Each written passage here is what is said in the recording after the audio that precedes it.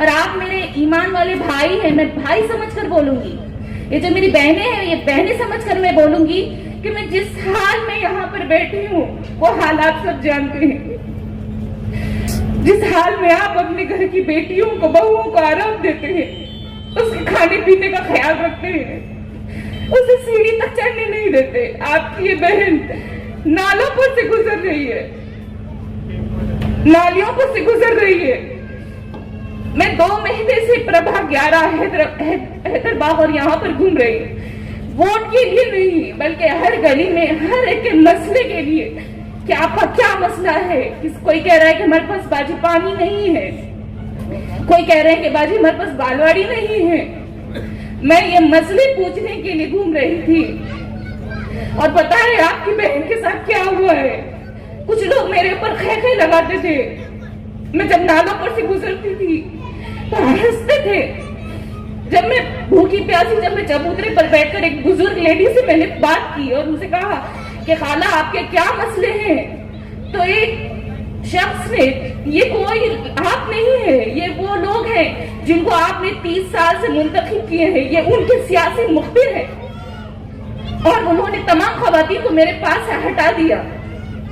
आज हम इस पार्टी के तरफ देखें, राष्ट्रवादी पार्टी बहुत बड़े पैमाने पर है और बहुत भलाई के काम कर रही है, ना हिंदू ना मुस्लिम। आज सुबह तकरीबन हमारे बहनों के अकाउंटों के अंदर पैसे 1500 रुपए पहुंच गए। जिन जिनको मैसेज आया हो देख लो, लाडली बहन के जो पैसे हैं तकरीबन सबके अकाउंट में आ गए। और परसों जो हमारे नेता आए थे, उन्होंने वादा भी ये किया कि हम जो है तो लाडली बहनों के वास्ते 1.5 लाख रुपए का लोन भी मंजूर करेंगे। हम पैदा कर दयारे इश्क में अपना मुकाम पैदा कर, नया जमाना नई सुबह और शाम पैदा कर। खुदा अगर दिल फितरत शनाज दे तुझको, सुकूत है लाल है गुल से कलाम पैदा कर। मेरा तरीख अमीरी नहीं फकीरी है, खुदी न बेज गरीबी में नाम पैदा कर। लिहाजा मैं आपसे यही गुजारिश करने आया हूं कि आप 15 तारीख को राष्ट्रवादी पार्टी के पैनल को भारी अक्सरियत से कामयाब कीजिए। अपने नांदेड़ शहर में वार्ड नंबर 12 के जो लोग इसके पहले चुन के गए और कांग्रेस पार्टी से चुनकर आए और जिनको आपने महापौर बनाया, डिप्टी मेयर बनाया, स्टैंडिंग चेयरमैन बनाया, इनके ऊपर मैं बात करूंगा। मैं जिसकी बात कर रहा हूं वो आपके महापौर की बात कर रहा हूं। आपने महापौर को ताकत से चुनकर दिया, 40 साल से चुनकर दिया, लेकिन आज भी उनका मामला जो है लोगों के साथ में, जो है अवाम के साथ में है, तो वही है किसी को गुरूर करना, किसी को टेढ़ा बोलना, किसी को गलत बोलना और अपने पैसों के तले दबा के रखना। अब आप फैसला कीजिए कि आपको ये पैसे के तले दब के रहना है या आपको कोई अच्छा लीडर चाहिए। ये आपका अपना मसला है, आपका अपना फैसला है। अल्लाह ताला ने आपको अक्ल सलीम दिया। आप देखिए कि 2 दिन पहले का एक वाकया हुआ, मैं आपको करंट न्यूज दे रहा हूं। मैं कोई पुरानी हिस्ट्री नहीं निकाला क्योंकि मेरे पास वक्त नहीं है, नहीं तो मैं हमेशा तारीख दोहराता हूं 5 मिनट 10 मिनट। अभी एक वाकया हुआ, यहां पर मजलिस का जलसा हुआ पाकीजा नगर में, तो आपने देखा होगा कि वो जो गाड़ी थी उनकी उस रास्ते से कभी नहीं आई, लेकिन जब मजलिस इत्तेहादुल मुस्लिमीन का स्टेज डाला गया तो जब आपके महापौर साहब की गाड़ी सामने से आके ऐसा रुक गई और बोले चलो ये स्टेज खोलो। ये स्टेज खोलना नहीं तो फिर अभी जूते खाने को तैयार हो जाओ। आप बताइए, ये जुल्म नहीं है? ये अखलाक से गिरी हुई हरकत नहीं है? क्या आप ऐसे लोगों को पसंद करेंगे? पैसे की वजह से, ताकत की वजह से? याद रखिए, अगरचे आप ऐसा फैसला करेंगे और ऐसे लोगों को कबूल करेंगे तो याद रखिए कि ये जो जुल्म हो रहा है अभी इन्होंने कुछ दिन पहले एक बच्चे को पाकिस्तान नगर के इलाके में एक थप्पड़ रसीद कर दिए, उसका कान फूट गया।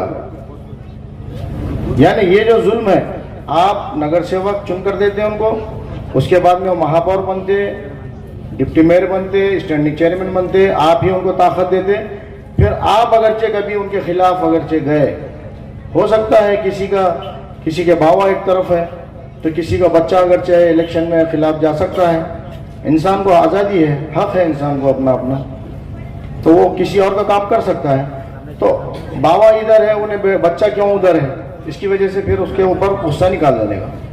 तो बहरहाल ये जो चीज़ें हैं ये समझने की ज़रूरत है। ने 30 साल 40 साल से जब चुन कर दिया तो इन्होंने ना रोड सही तरीके से बनाए, ना इनके पास ड्रेन बने हुए हैं, ना कोई चीज़ सेवरेज लाइन है, कोई चीज़ का बराबर इंतजाम नहीं है। हर वक्त इलेक्शन में आते हैं और कहते हैं कि हम अब करने वाले हैं। अब उनके कुछ लोग निकल गए और वो कानाफूसी कर रहे हैं और बोल रहे हैं कि हम ये काम कर देंगे, हम ये काम करा देंगे, हम वो करा देंगे। तो अब कैसा है कि इनका कोई हाथ पकड़ के रोका था क्या कि मत करो काम? क्या मुखिद ने रोका था क्या इनका काम, किसी का काम मत करो? ये वार्ड के अंदर कोई रोड मत बनाओ, नाली मत बनाओ, या कोई चीज़ का काम मत करो, या कोई स्कूल मत खोलो, कोई लाइब्रेरी मत खोलो, कोई गार्डन मत बनाओ बच्चों के लिए। बहरहाल ये सब चीज़ें गैर ज़रूरी है, अननेसेसरी है। अब इनके अंदर कोई काबिलियत नहीं थी, इनको आपने चुनकर दिए और ये ताकत से चुनकर गए और इन्होंने कुछ भी आपका काम नहीं किया। हमारे मासूम बच्चों का नुकसान हुआ, हमारे बच्चों का मुस्तकबिल खराब हुआ। हम ये सोच नहीं सक रहे कि हमारे बच्चों का कितना मुस्तकबिल खराब हो रहा है। आप समझ रहे हैं कि मूलभूत सुविधाएं, जिसको रोड, नाली, पानी, हमको पानी भी साफ नहीं मिलता। हम समझ रहे हैं कि खाली पानी का इंतजाम, रोड का इंतजाम, नाली का इंतजाम अगरचे हो गया तो आप समझ रहे हैं कि ये नगर सेवक का हक अदा हो गया। अजीज साथियों, दरअसल में ये समझने की जरूरत है, ये छोटा मोटा काम नहीं है। अगरचे हम नगर सेवक को चुन कर देते हैं तो हमारे बच्चों का मुस्तकबिल है, इनके ये बच्चों के लिए कोई लाइब्रेरी खोलना था, एक लाइब्रेरी तैयार करना था, कोई एक मदरसा बनाना था। आप बताइए, कोई एक इंग्लिश मदरसा बनाना था, लेकिन कोई एक इंग्लिश मदरसा नहीं बनाया गया।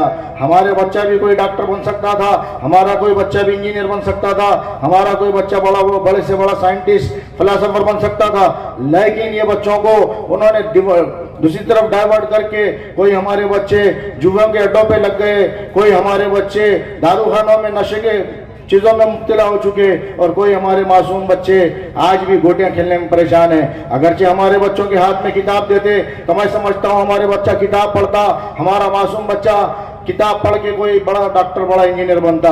ये अलग बात है कि अब हमारे जो लोग हैं, हमारा जो इलाका है ये सलम बस्ती है। सलम बस्ती में हमारे जो लोग हैं वो रिक्शा चलाते हैं, कोई गाड़ा चलाते हैं, कोई केले का गाड़ा पे केला बेचते हैं, कोई छोटी मोटी किराए दुकान चलाते हैं, कोई अगरचे चलाता होगा तो छोटी मोटी कपड़े की दुकान चलाता होगा। अजीज साथियों, आपको मालूम है कि हमारा लोग ये बच्चों के लिए ये 40-40 हज़ार 50-50 हज़ार रुपये फीस कहाँ से अफोर्ड कर सकेंगे, और हमारे बच्चों को आगे कहाँ से जो है उसको रास्ता मिलेगा कोई डॉक्टर इंजीनियर काबिल बनने का। ये तो छोड़िए, इन्होंने कभी महापौर बनने के बाद में कोई बच्चा कोई हमारा टॉप किया, कोई कॉलेज में टॉप किया, कोई स्कूल में टॉप किया, कोई 10वीं में, कोई 12वीं में, कोई नीट में, लेकिन उनकी तौफीक नहीं हुई कि हमारे कोई बच्चे को बुला करके एक तमगा देना, उसकी हिम्मत अफजाई करना। अजीज साथियों, इनकी जितनी सोच होगी इंसान उतना ही काम करेगा। अब उनकी सोच ही उतनी थी तो जितना ज़र्फ रहेगा उतनी ही बात करेगा।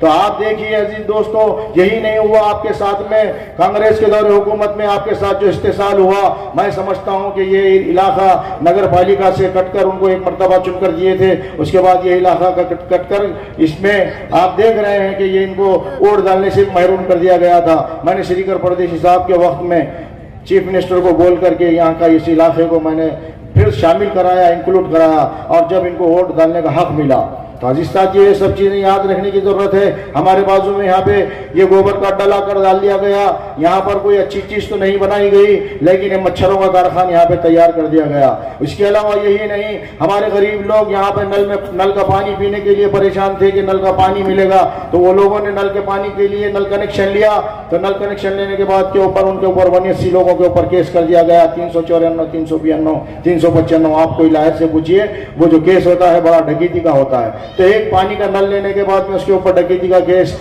बनाया गया, और आज तक के वो लोग कोर्ट के अदालत के चक्कर काट रहे हैं, लेकिन आज तक उनका मसले का हल नहीं निकला। आज भी क्या हो सकता है नहीं मालूम, लेकिन अजीज साथियों, मुहीत को चुनकर दीजिए, मुहीत के पैनल को चुनकर दीजिए। इंशाअल्लाह जितने भी जो लोग हैं जिनके ऊपर 79 लोगों के ऊपर जो केस हुआ है, मुहीत आगे रहेगा, चुनकर लाइए, मुहीत ठहराव लेकर के आपका केस खत्म कर देगा, ये इतना मैं कह सकता हूँ।